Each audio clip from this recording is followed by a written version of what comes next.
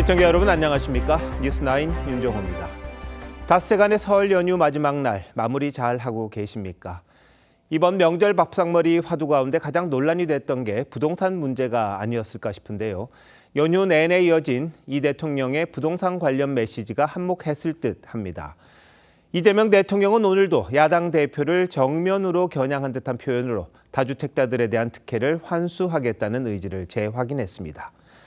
그런데 이를 둘러싼 야당과의 설전이 반복되면서 악마화, 사회악, 이런 자극적 공방만 남았다는 부정적인 반응도 있습니다.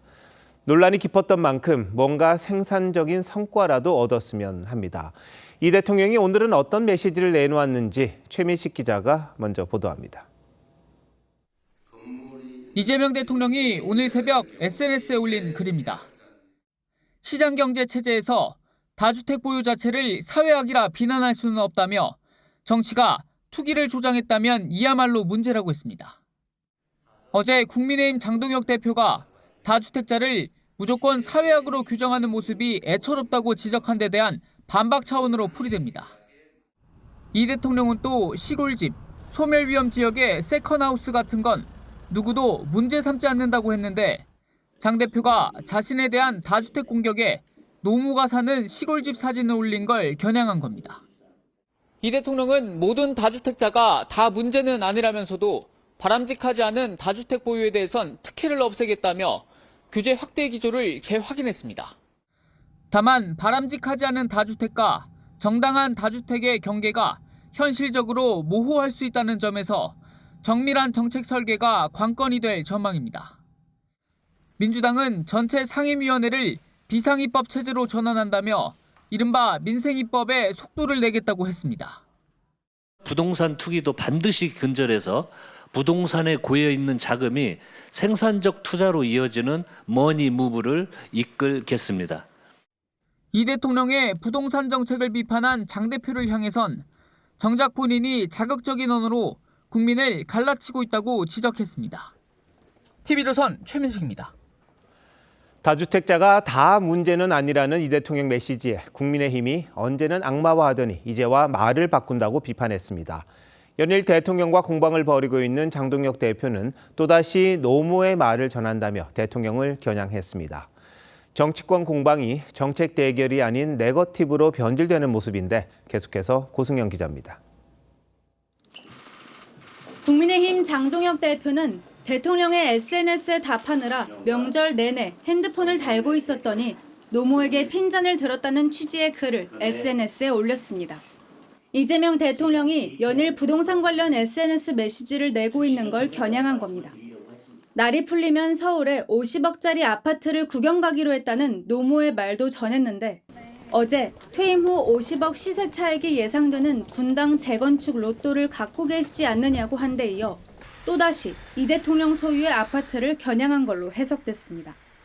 이 대통령과 장 대표는 연휴 내내 서로를 향해 6주택 다주택자, 비거주 재건축 아파트 보유자라며 공방을 주고받았습니다. 이재명 대통령이 가지고 있는 분당 아파트 한 채와 바꿀 용의가 있습니다. 민주당에서 제가 가진 부동산을 비판한다면 제가 가진 모든 주택과 토지 바꾸겠습니다. 국민의힘은 장 대표의 6채를 다 합쳐도 8억 원대라며 이 대통령이 정작 본인은 똘똘한 한 채를 사수하며 국민들을 협박하는 건 내로남불이라고 비판했습니다. 다주택자를 마귀, 악마로 몰아붙이던 이재명 대통령이 이제와 한 발 물러섰습니다. 모든 다주택이 다 문제는 아니다라며 꼬리를 내린 모양새입니다. 개혁신당은 대통령과 야당 대표의 부동산 설전이 공허하다며 정책 설득은 없고 정치 선동만 요란하다고 지적했습니다. TV조선 고승현입니다. 국민의힘이 지방선거를 앞두고 당명 변경에 속도를 내면서 자유와 공화 가치를 담은 이름 2개가 최종 후보로 떠올랐다고 합니다. 5년 6개월 만에 바뀌는 당명, 다음 달 1일부터 사용하는데 당의 상징색인 빨간색은 그대로 두기로 했습니다. 장동혁 대표는 내일 윤석열 전 대통령 내란 1심 재판 결과가 나오면 대국민 메시지를 내놓을 예정입니다. 정민진 기자가 취재했습니다. 국민의힘 여의도 중앙당사 건물 입구에 걸린 당명이 주어져 있습니다. 새 당명 발표를 앞두고 한 청년이 볼펜을 든 채 수정 테이프로 당명을 지운 간판을 새로 설치한 겁니다. 앞서 일주일 동안 진행된 당명 공모전에선 자유와 공화 가치를 담은 명칭이 다수 제안된 걸로 파악됐습니다. 당명 개정 TF는 이 중 2개를 추려 장동혁 대표에게 보고했는데 당 상징색인 빨간색은 유지하기로 잠정 결론 내렸습니다. 여러 당무 보고를 받았어요. 그 안으로는 필요했을까요? 국민의힘은 다음 주 최고위원회의와 의원총회에 보고한 뒤 정구위원회를 거쳐 3월 1일부터 새 당명을 사용할 계획입니다. 당의 변화와 혁신 그리고 중도 외연 확장을 위한 노력들을 국민 여러분께 구체적으로 보여드리는 방안 중에 하나가 당명 개정이라고 생각을 합니다.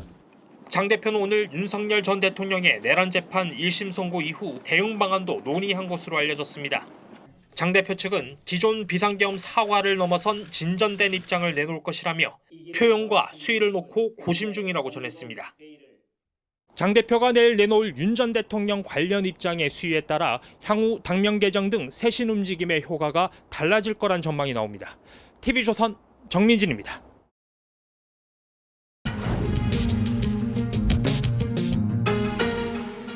정치 연안에 한 발 더 들어가 궁금증을 풀어드리는 정치 더 시간입니다. 조선일보 배성규 정치 에디터 나오셨습니다. 오늘 주제 알려주시죠. 네, 서울 목장의 부동산 결투입니다. 리포트에서도 봤습니다만 연휴 동안 이 대통령과 장동혁 대표 상당히 부동산을 가지고 설전을 벌였습니다. 네. 근데 설 그러면 덕담 아닙니까? 네. 근데 왜 이렇게 공방만 오간 거죠? 네, 설 연휴 직전에 무산됐던 청와대 회동의 여파가 큰 것 같습니다. 직접 원인이 부동산은 아니었지만 여야 간 감정의 골이 그만큼 깊어진 것 같고요. 그리고 두 번째는 지난달부터 이어져온 대통령의 SNS 부동산 정치입니다. 대통령은 민심의 용광로인 설 연휴에 부동산 드라이브를 걸어서 지방선거 표심을 공략하려 한 것으로 보입니다. 그런데 이전엔 주로 다주택자를 비판했는데 이번엔 야당과 장 대표 사람을 겨냥했습니다. 6주택자로 성공을 날렸고요. 그러자 장 대표는 대통령의 똘똘한 한 채 분당집은 왜 안 파느냐고 반격을 한 겁니다. 네. 근데 이 대통령이 왜 야당에 대해서 직접적으로 이 공세를 펼까요? 네, 정치 공세엔 두 가지가 있습니다. 하나는 메시지 공세이고요. 또 하나는 메신저 공격입니다. 다주택의 폐해를 지적하면서 다주택자 보호 정책은 안 된다. 이런 SNS 대통령의 메시지가 바로 메시지 공세입니다. 네. 그런데 이번 설처럼 장 대표의 집 몇 채 이런 거 거론하고 야당 정치인을 사회하게 비유했죠. 이렇게 사람을 공격하는 게 바로 메신저 공격입니다. 네. 근데 메시지 공세보다 효과가 훨씬 크기 때문에 하는 겁니다. 이 대통령의 부동산 정책 드라이브에 야당이 반대하고 있는데 이 걸림돌을 치우겠다는 겁니다. 또 하나는 지방선거 득표용입니다. 다주택 비호 세력, 부자 기득권 세력으로 몰아치려는 전략으로 해석이 됩니다. 야당이 가만히 있지는 않았죠. 이 네. 대통령을 내로남불로 공격했습니다. 네. 이 또한 전형적인 메신저 공격입니다. 다주택자 특혜를 걷어들이고 투기를 막고 집값을 잡자는데 정면으로 반대하기는 힘듭니다. 이럴 때 가장 효과적인 것이 내로남불입니다. 이 대통령이 그동안 비거주용 똘똘한 한 채를 문제 삼아 왔었죠, 조금씩. 예. 근데 왜 대통령 본인은 살지도 않는 비싼 분당집을 여태 안 팔고 있느냐, 이런 논리입니다. 대통령이 먼저 장 대표를 다주택자라고 포문을 열자 야당이 비거주용 똘똘한 한 채로 맞불을 놓은 건데요. 부동산 정책 논란이란 이런 본질을 벗어나서 인신공격 또 감정 싸움으로 가는 그런 모습입니다. 예, 지금 나오는 게 대통령의 똘똘한 한 채입니다. 네. 그리고 장동혁 대표의 여러 채 네. 이건데 뭐가 더 문제입니까? 네, 사실 원칙론적으로 상식으로 보면은 둘 다 큰 문제는 없습니다. 그런가요? 네. 네. 이 대통령의 분당 아파트는 49평형인데 1998년 3억 6천만 원대에 매입한 것으로 알려져 있습니다. 현재 신고가는 14억 5,600만 원이지만 시가는 25억 원을 넘나든다고 알려져는 있습니다. 2024년 총선 때 인천 계양을로 옮기면서 현재는 거주하지 않고 있습니다. 야당은 재건축 추진 중인 이 아파트가 장차 40억, 50억 되지 않겠느냐. 그로 인한 불로소득을 기대하면서 보유하고 있는 거 아니냐. 이렇게 의혹을 제기하고 있습니다. 하지만 대통령은 퇴임 후에 거주할 건데 이거 그냥 1주택이다라고 일축을 합니다. 네. 또 장 대표의 6채는 서울 구로동과 지역구인 보령의 아파트, 또 여의도의 업무역 오피스텔, 어머니 고향집, 장모의 진주와 안양집 등입니다. 네. 총 신고가는 8억 6,400만 원인데요. 액수는 크지 않습니다. 예. 장 대표가 집이 많으니까 다주택자 옹호하는 거 아니냐 이렇게 비판하는 논리입니다. 하지만 투기용 다주택으로 보기는 힘듭니다. 그렇군요. 아까 49평은 이제 160제곱미터 정도 네, 되는 네. 거죠. 자, 그럼 서울 부동산 결투 누가 이겼다고 봐야 합니까? 네, 명확한 승자는 없습니다. 네. 네. 다만 여론조사나 선거 구도로만 보면 이 대통령이 약간 남는 장사하지 않느냐 이런 평가가 나오는데요. 네. 서울 여론조사에서 대통령 지지율이 3주 연속 올랐습니다. 또 여야 지지율 격차도 여전히 나고 있습니다. 하지만 부동산은 말싸움으로 해결되는 문제가 전혀 아닙니다. 네. 다주택자나 야당을 비판한다고 집값이 잡히는 것도 아닙니다. 정부 여당은 말이 아니라 실제 집값 잡는 성과를 내야 합니다. 이 국민들은 이런 감정 싸움을 보고 싶은 게 아니거든요. 그러니까 대통령은 건전한 토론과 대화로 야당 협조를 이끌어내고 또 네. 야당도 집값 잡는 데 합심하는 그런 모습을 보여주길 국민은 바라고 있을 네. 겁니다. 민주당 정권이 나올 때마다 집값이 오르다 보니까 아마 네. 이 대통령도 그런 트라우마가 있는 게 아닌가 맞습니다. 싶은데 의지는 상당히 강한 것 같은데 그렇죠. 어쨌든 정책으로서 좀 제대로 대책을 내놔야겠군요. 네. 베이디터 잘 들었습니다.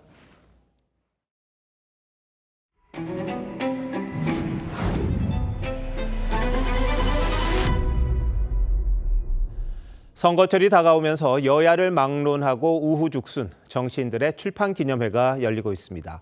저희가 행사장 몇 곳을 취재해 봤더니 얼마가 들었는지 알 수 없는 돈 봉투가 쉴 새 없이 수금함에 담기고 있었습니다. 규제 사각지대에서 정치 자금을 사실상 무제한 모금하고 있는 셈이죠. 이런 논란이 불거질 때마다 정치권은 몇몇 법안들을 내놓으며 바꾸겠다고 했지만 처리된 적 없습니다. 자신들에게 도움되는 제도 굳이 바꾸려고 하지 않는 거죠. 이러다 보니 제도 개선이 참 쉽지 않은데요. 출판기념회의 실태와 문제점을 황정민, 장윤정 기자가 연속으로 보도합니다.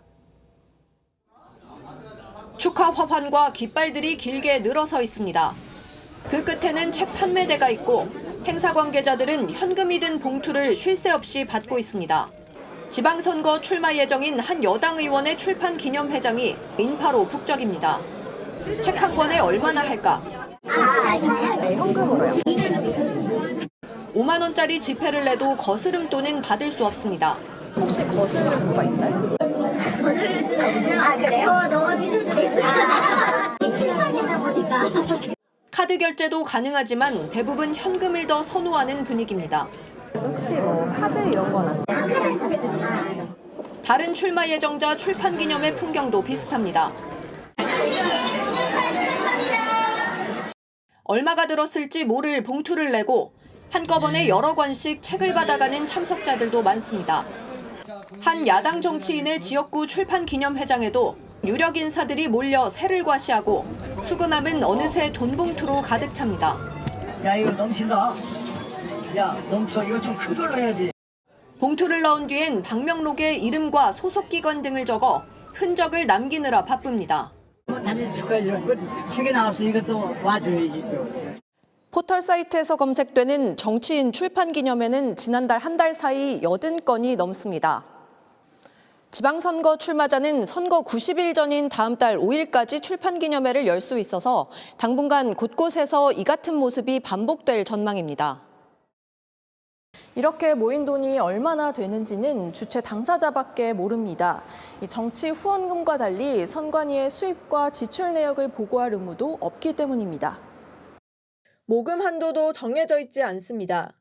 그 둘 중에 한 번이 한 번이 1억 5천 정도 되고 그 다음이 1억 정도 되는 것 같습니다. 억 단위가 넘어도 규제 대상이 아니다 보니 출판 기념회 수익금은 사실상 눈먼 돈이 됩니다. 장롱 속에 현금 뭉치짤 보관하는가 하면 전세 대출금을 갚는 데 쓴 사례도 있습니다. 규제 시도가 없던 건 아닙니다. 19대 국회부터 지금까지 발의된 출판 기념회 관련 법안은 총 9건. 그 가운데 5건은 임기 만료로 폐기됐고 이번 22대 국회에서 발의된 법안 4건은 여전히 상임위에 계류 중입니다. 스스로 목에 방울을 달려고 하는 의원들이 적은 탓입니다.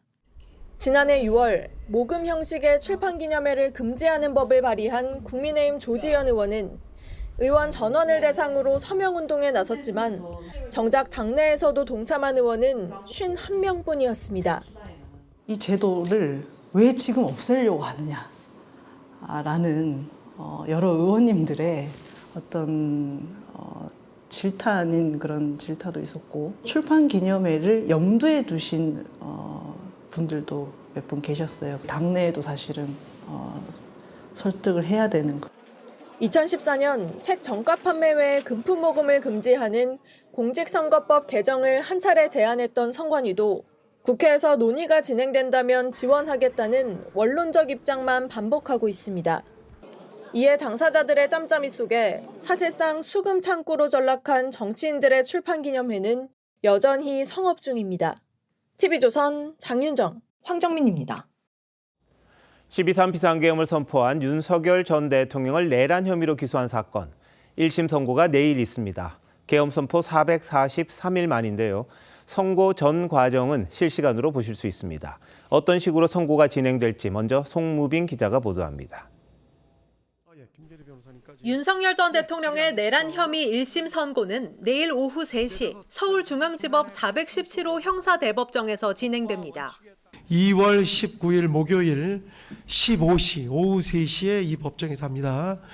강조하지만 피고인들은 반드시 그날 출석을 해 주셔야 됩니다. 지난 2024년 12월 3일 윤 전 대통령이 비상계엄을 선포한 지 443일 만입니다. 반국가 세력들을 일거에 척결하고 자유헌정 질서를 지키기 위해 비상계엄을 선포합니다. 특검팀은 비상계엄이 국헌 문란 목적의 폭동이었다며 윤 전 대통령을 내란 우두머리 혐의로 기소했습니다. 지난달 결심 공판에서는 사형을 구형했습니다. 전두환 노태우 세력에 의한 단죄보다 더 엄정하게 단죄함으로써 대한민국이 형사사법 시스템을 통해 스스로 헌정 질서를 수호할 수 내란 중요 임무 종사 혐의를 받는 김용현 전 국방부 장관과 조지호 전 경찰청장 등 피고인 7명에 대한 선고도 함께 진행됩니다. 선고 전 과정은 생중계될 예정인데 피고인이 여러 명이라 최소 1시간 이상 걸릴 전망입니다. 일각에서는 윤 전 대통령 등이 선고 연기를 위해 불출석할 가능성을 제기했지만 윤 전 대통령 측은 출석한다고 밝혔습니다. TV조선 송무빈입니다. 내일 유무죄를 가를 핵심은 12.3 비상계엄을 형법상 내란으로 볼 수 있느냐입니다. 앞서 한덕수 전 총리와 이상민 전 장관 재판부는 내란이 맞다고 했는데요.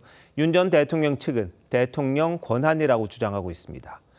공수처가 내란죄를 수사할 권한이 있는지도 재판부가 판단할 예정입니다. 핵심 쟁점은 안혜리 기자가 정리했습니다.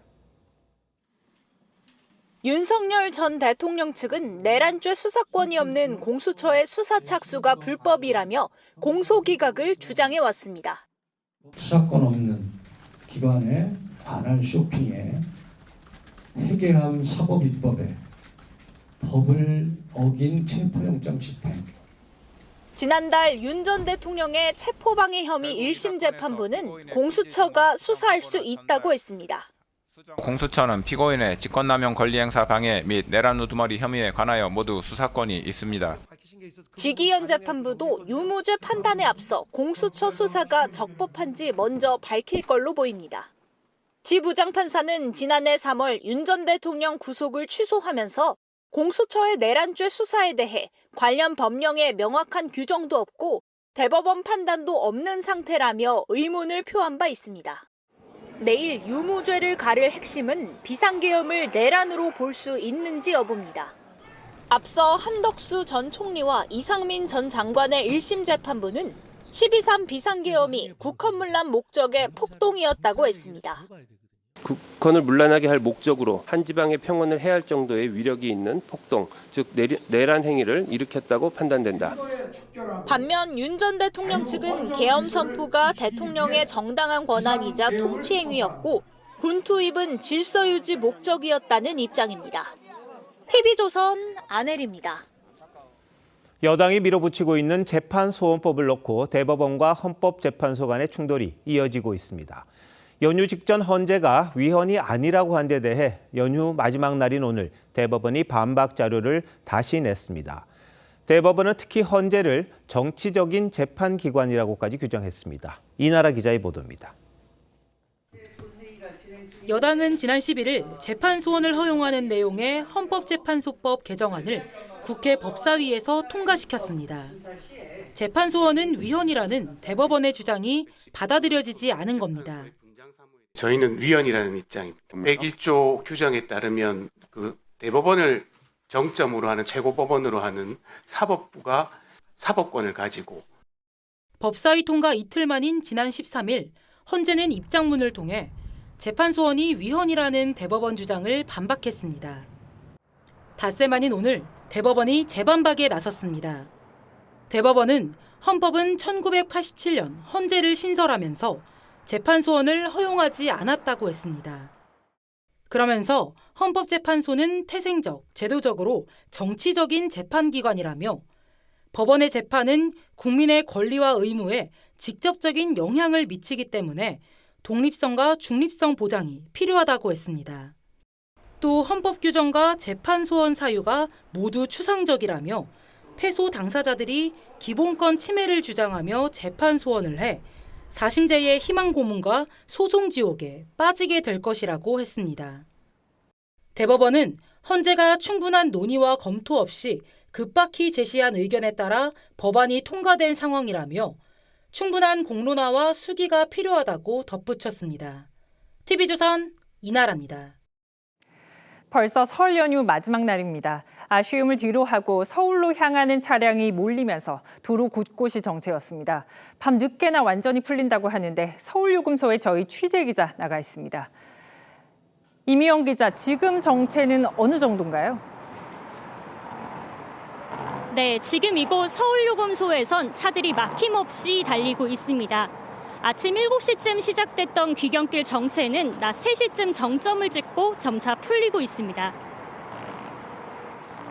그냥 음식 만들고 여는 때처럼 맛있는 거 먹으면서 많이 막히진 않았어요. 청주 쪽 그쪽에서 살짝 막히고. 서울하고 일산에 시댁 어머님 뵙고 그리고 친정 엄마 아빠 식구들 보러 갔다 왔어요. 즐거운 시간 보내고 갑니다. 오후 한때 부산에서 서울까지 6시간 40분이 소요됐지만 지금은 4시간 30분으로 크게 줄었고 광주에서 3시간 20분, 강릉에서 2시간 40분, 대전에서 1시간 40분이 걸리는 등 평소와 비슷한 흐름을 보이고 있습니다.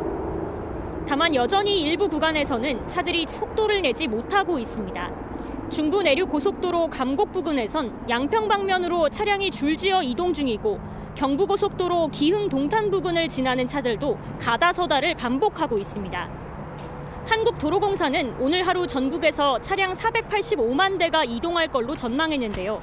정체는 밤 11시가 넘어서야 완전히 해소될 걸로 보입니다. 15일부터 면제됐던 고속도로 통행료는 오늘 밤 12시까지 적용됩니다. 서울요금소에서 TV조선 임현입니다. 사건 사고 소식입니다. 한 남성이 훔친 화로 차량으로 금은방 문을 부수고 들어가서 귀금속을 훔쳤습니다. 택시를 5번이나 갈아타며 달아났지만 결국 붙잡혔습니다. 이성진 기자입니다. 셔터가 내려진 상점으로 1톤 화로차가 후진해 돌진합니다. 철제 셔터와 유리문이 박살나고 트럭에서 내린 남성은 유유히 가게로 들어갑니다. 돌진부터 금은방 침입까지 걸린 시간은 고작 20초. 남성은 망치로 진열장을 부수고 약 3분 만에 귀금속 700만 원어치를 훔쳐 달아났습니다. 진짜 대놓고 CCTV도 많은 데서 이런 범죄가 이루어졌다는 게 너무 놀라웠습니다. 남성은 설 연휴 첫날인 지난 14일 새벽 3시 50분 금은방 인근에서 키가 꽂혀 있는 트럭을 훔쳐 범행을 저질렀습니다. 이후 인근의 으슥한 골목길에 트럭을 버리고 달아났습니다. 경찰의 추적을 피하기 위해 택시를 여러 차례 갈아타는 치밀함도 보였습니다. 5번에 걸쳐서 타 지역으로 계속해서 택시를 갈아타는 장면이 확인이 되고 있고요. 택시비는 반드시 그 현금으로 결제하는. 주거지에 숨어있던 남성은 택시 동선을 확인한 경찰에 덜미가 잡혔습니다. 범행에 쓴 모자와 옷 등을 버리러 나왔다 잠복해 있던 경찰에 딱 걸린 겁니다. 범행 19시간 만에 남성을 검거한 경찰은 훔친 귀금속을 모두 회수했습니다. 40대 남성은 최근 사업 실패로 쌓인 빚 수억 원 때문에 범행했다고 진술한 것으로 알려졌습니다. TV조선 이성진입니다. 자신의 고향에 기부하는 고향사랑 기부제가 시행된 지 4년째입니다. 차곡차곡 모인 이 기부금은 복지부터 환경보호까지 다양한 곳에 쓰이고 있는데 지역에 의미 있는 변화를 만들어내고 있습니다. 박건우 기자가 취재했습니다. 강아지들이 던진 물건을 물어오는 훈련에 열중입니다. 처음 본 사람들에게도 꼬리를 흔들며 다가가 반깁니다. 반려견 호텔처럼 깔끔한 이곳은 지난해 8월 문을 연 유기견 입양센터입니다. 다른 시설과 달리 유기견에 관심이 많은 사람들이 낸 고향사랑 기부금으로 운영되는데 일정 기간 동안 입양되지 않아도 안락사를 시키지 않습니다. 반년 동안 운영해온 결과 이제 한 30마리 이상을 보호할 수 있었고 또 이제 안락사율을 낮출 수 있었다 보니까 그 부분을 이제 좀 계속 이어갈 수 있으면 좋겠다는.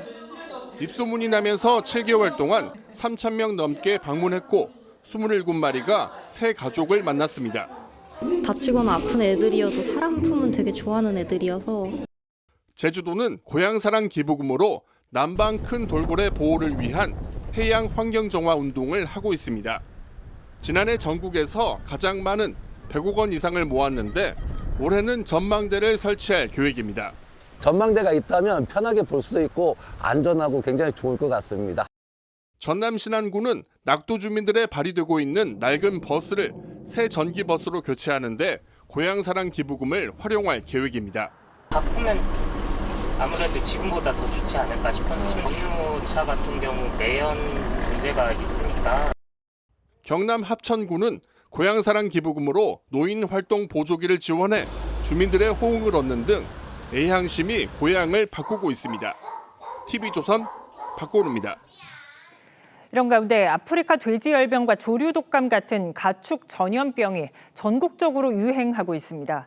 하지만 이런 전염병을 전문적으로 관리할 수 있는 수의직 공무원은 턱없이 부족합니다. 한 명도 없는 지자체가 수두룩합니다. 이승훈 기자가 취재했습니다. 차량이 들어서자 출입문이 열리고 사방에서 소독약이 뿜어져 나옵니다. 거점 소독시설은 설 연휴에도 24시간 가동되고 있습니다. 이동이 많은 설 연휴 기간 아프리카 돼지열병과 고병원성 조류독감이 확산하는 걸 막기 위해서입니다. 방역에 비상이 걸린 축산당국은 연휴 내내 쉴 틈이 없습니다. 소독차가 지금 그 축산농가 주의를 하루에 한 번씩 해제하고 있습니다. 그런데 전남도의 경우 수의직 공무원 95명이 결혼입니다.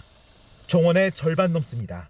전국적으로도 383명이 부족한데 수의직 공무원이 단 한 명도 없는 자치단체가 92곳에 이릅니다.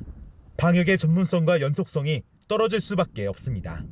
반려동물을 기르는 가구가 늘다 보니 수입이 좋은 일반 수의사를 선호해 빚어진 현상입니다. 뽑는 인원보다는 나가시는 인원이 좀 더 많죠. 현장 업무들이 많이 힘이 드니까 기피하는 경향들도 있고.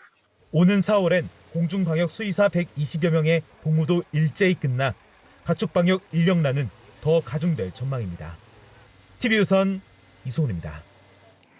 오늘로 연휴가 끝나는데 내일도 쉬었으면 좋겠다는 분들 많죠.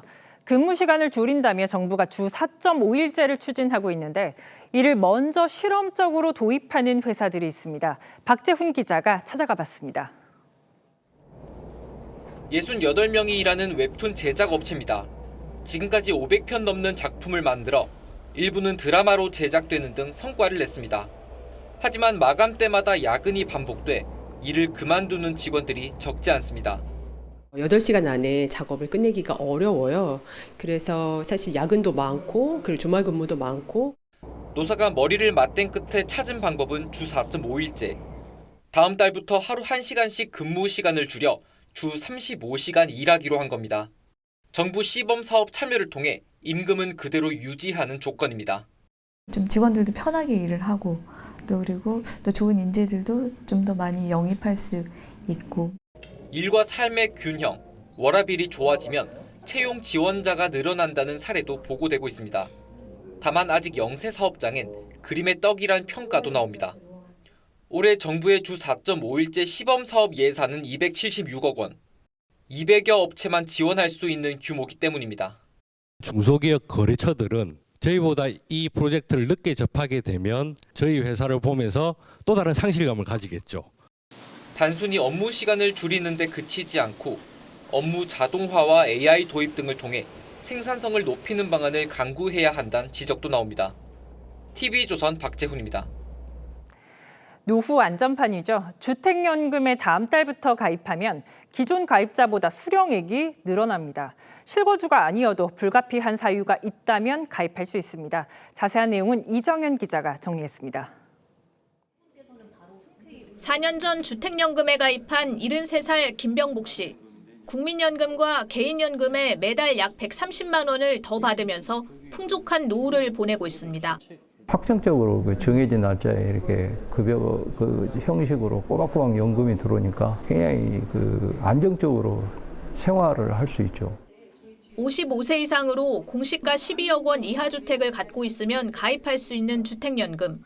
미처 노후 설계를 해놓지 못한 채 집만 한 채 있는 고령층에겐 큰 도움이 됩니다.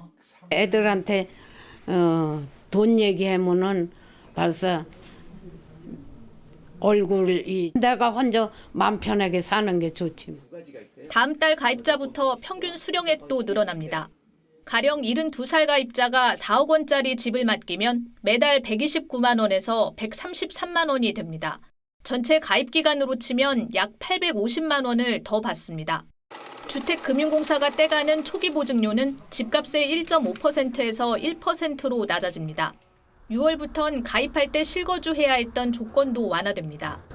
질병 치료나 자녀 봉양, 노인 주거복지시설 입주 등 불가피한 사유가 있으면 임대를 준 주택이라도 가입할 수 있는 겁니다. 병원이나 요양원에 이제 입소하신 경우 주택연금 가입이 안 됐었거든요. 예외 조항을 만들어서 주택연금에 가입하실 수 있도록. 주택연금 가입자는 15만 명, 아직 대상자의 2%에 불과합니다. 정부는 저가주택이나 인구소멸 지역 가입자에 대한 혜택을 계속 늘려간다는 계획입니다.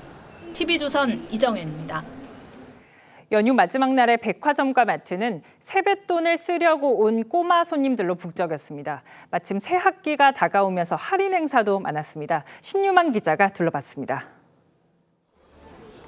엄마와 함께 백화점에 온 어린 손님들이 책가방을 매보고 조그만 신발도 신어봅니다. 학교 갈 때 입으러 사러 온 것 같아요. 솔직히 옷 말고 축구공을 사고 싶어요. 두둑한 세뱃돈만큼 사고 싶은 것도 많습니다. 세뱃돈 많이 받아서 그런 것들로 저 필요한 가방이나 학용품 같은 것 좀 사려고 왔어요. 지방에서 올라온 노부부는 손녀에게 줄 선물을 고르는 내내 입가에 웃음이 떠나지 않습니다. 눈에 넣어도 아깝지 않은 아프지 않은 그런 손녀딸이죠. 4살이라 반짝반짝거리는 신발 하나 사주려고 왔습니다. 이렇게 어린 아이들이 사용할 수 있는 가구들도 새학기를 앞두고 많은 관심을 받고 있습니다. 주요 백화점과 대형마트들은 높은 할인율을 내걸고 손님 맞이에 나섰습니다. 아동과 청소년 상품을 최대 40% 할인해주는가 하면 쓴 금액의 7%까지 상품권으로 돌려주는 곳도 있습니다. 해마다 세뱃돈 액수가 늘고 출생아 수도 반등하면서 새학기를 앞둔 2월 하순이 유통업계 대목으로 자리 잡아가고 있습니다. 2024년까지만 해도 세뱃돈은 5만 원이 가장 보편적이었는데 지난해 들어 10만 원을 준 경우가 가장 많아졌습니다.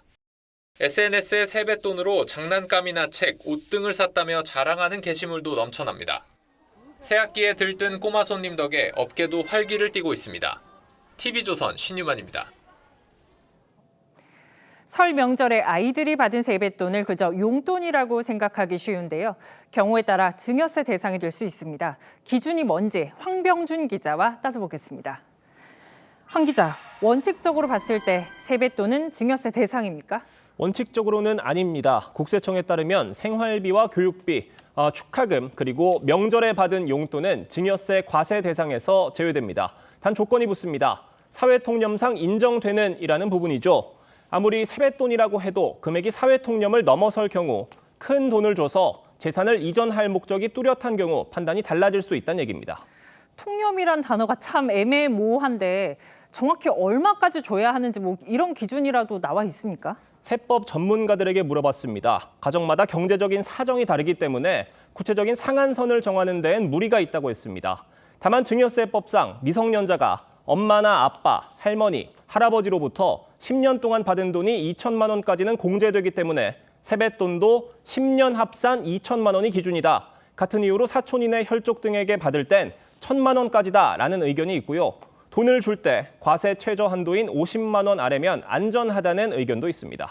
결국 적정한 선을 지키는 게 중요하다 이 얘기인데 이전에도 보면 가족이 세뱃돈 아닌 세뱃돈을 받았다 이런 논란이 불거졌던 공직자들도 떠오르네요. 네, 2017년 문재인 정부 초대 고용노동부 장관 후보자였던 김영주 전 의원이 그중 한 명입니다. 인사청문회에서 별다른 소득이 없는 딸이 2억 원에 가까운 예금을 보유한 것에 대해 세뱃돈을 모은 것이라고 해명했다가 뒤늦게 증여세를 내기도 했습니다. 설날이나 명절 되면 한 200~300만 원씩 세뱃돈을 받고 그러면 얘는 그 돈을 다 모아.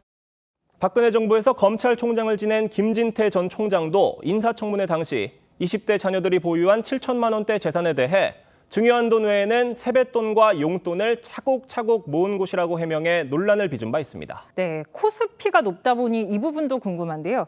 세뱃돈으로 부모가 대신 주식 투자를 해주는 경우도 있잖아요. 이럴 때도 지켜야 하는 게 있습니까? 네, 미성년 자녀의 세뱃돈으로 부모가 직접 주식에 투자해 수익을 낼 경우 과세 대상이 될 수도 있습니다. 증여의 규정엔 유무형의 재산을 이전하는 것뿐만 아니라 기여에 의해 재산 가치를 증가시키는 것도 포함되기 때문입니다. 특히 계속적, 반복적으로 투자를 할 경우 증여세가 부과될 수 있다는 걸 유의해야 한다는 게 국세청 설명입니다.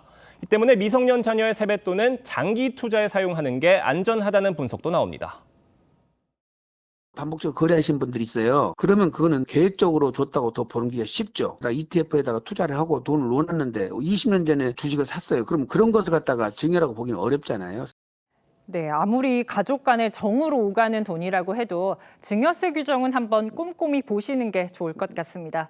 황 기자 잘 들었습니다.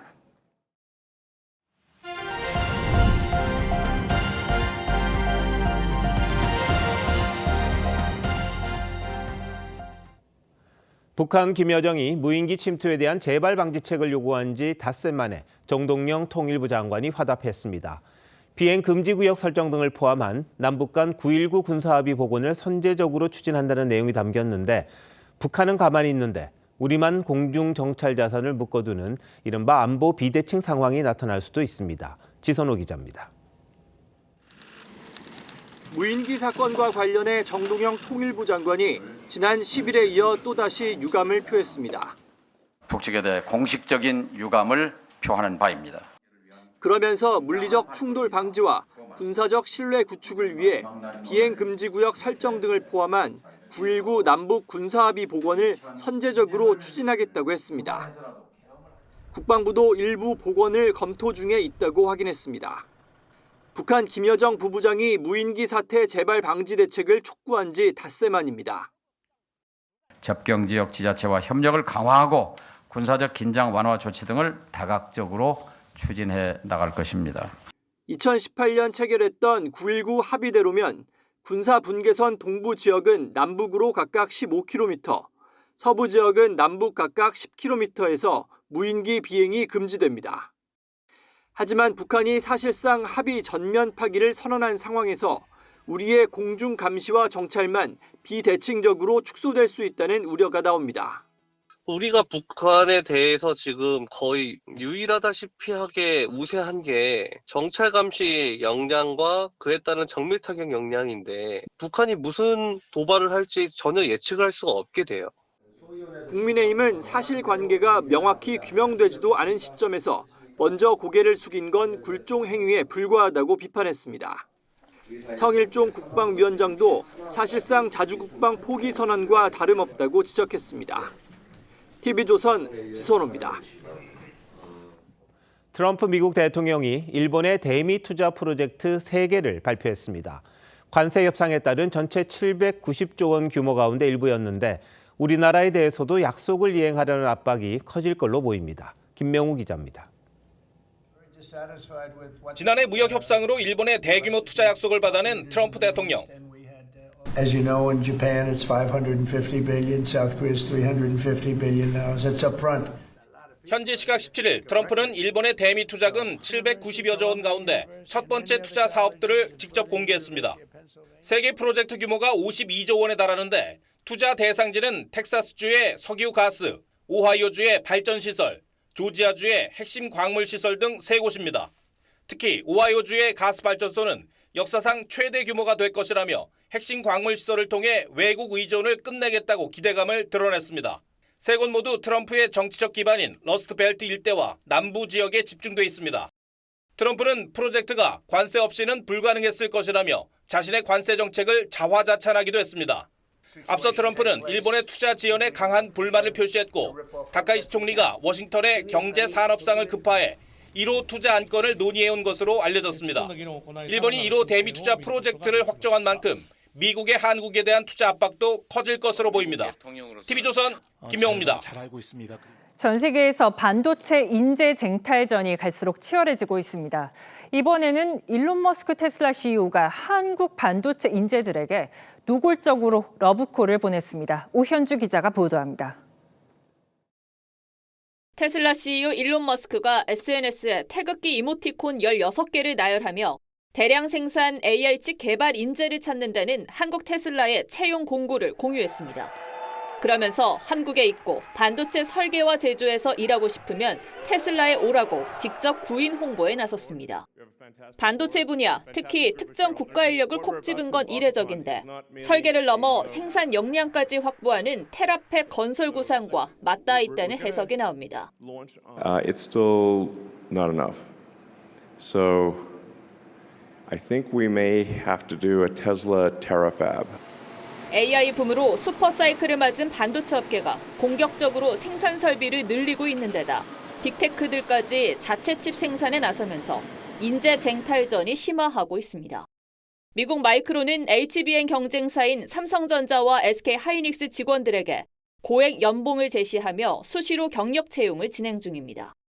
우리 국내 기업들이 그러한 인재에 대한 보상이나 비전에 대해서도 테슬라 못지않게 줘야 될 거라고 봅니다. 그래야 우리도 발전할 수 있다. 5년 뒤에는 국내 반도체 전문 인력이 5만 4천여 명 부족하다는 전망이 나오는 상황에서 해외 유출까지 더해지면 인재난이 더 심각해질 거란 우려가 나옵니다.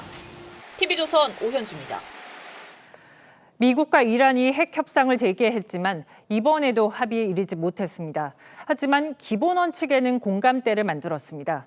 협상장 밖에서는 군사적 긴장감이 계속되고 있습니다. 변재훈 기자입니다. 미국과 이란이 스위스에서 11일 만에 다시 마주 앉았습니다.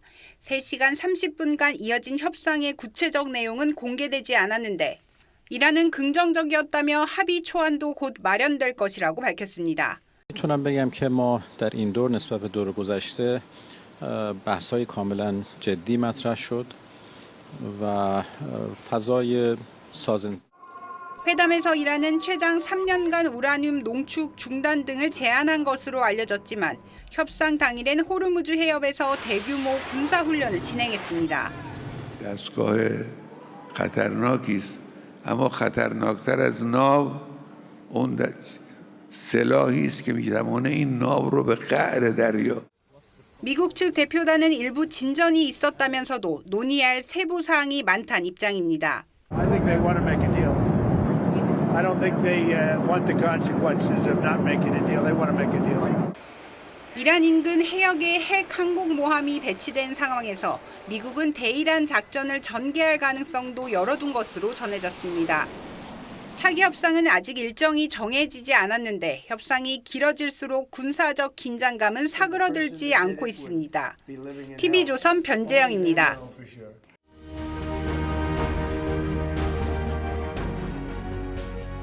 Over 6 billion crowd our fragile planet. 45억 년 지구 역사에서 생명의 탄생은 기적이었습니다. 인간은 그 기적의 정점이었죠. 그런데 인간을 뛰어넘는 새로운 존재가 사실상 탄생했습니다. 중국의 설 춘제 갈라쇼에 등장한 로봇입니다.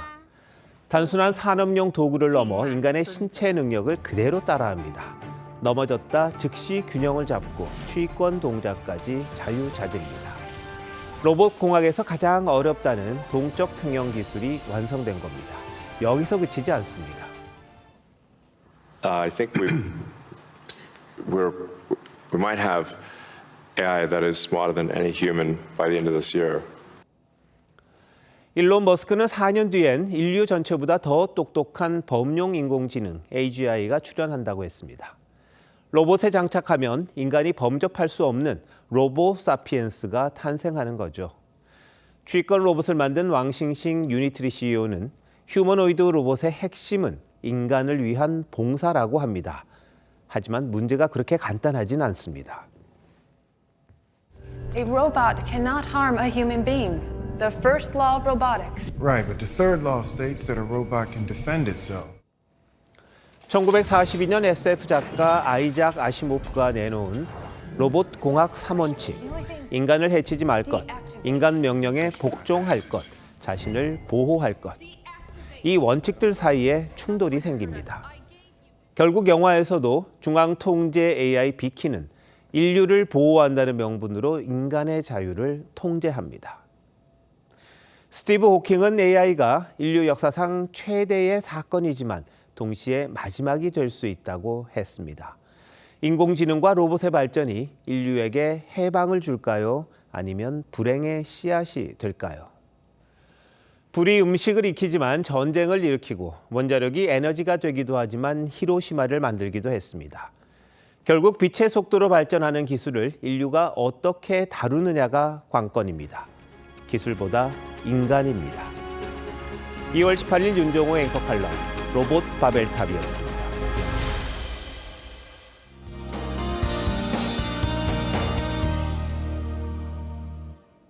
설 연휴 마지막 날은 전통 공연을 즐기는 막바지 나들이객들로 북적였는데요. 다시 일상으로 돌아가는 내일 아침에는 반짝 영하권 추위가 나타나겠습니다. 내일 절기 우수가 지나고 난 뒤 주말인 토요일에는 서울의 낮 최고 기온이 16도까지 올라가 4월 초에 해당하는 봄 날씨를 보이겠습니다. 대구와 부산 등 영남 지역은 다시 건조특보가 내려졌습니다. 바람도 강하게 불어 불조심하셔야겠습니다. 내일도 전국 하늘 맑게 드러나겠고 공기도 깨끗하겠습니다. 내일 아침 기온 서울 영하 2도, 춘천 영하 6도, 대전과 대구 영하 4도로 대부분 지역 영하권으로 출발하고요. 내일 한낮 기온 서울 7도, 창원과 부산 12도로 영남 내륙을 중심으로 낮과 밤의 일교차가 크게 벌어지겠습니다. 일요일에는 중부지방을 중심으로 비가 내릴 전망입니다. 날씨였습니다. 2월 18일 수요일 뉴스9 마칩니다. 시청해주신 여러분 고맙습니다.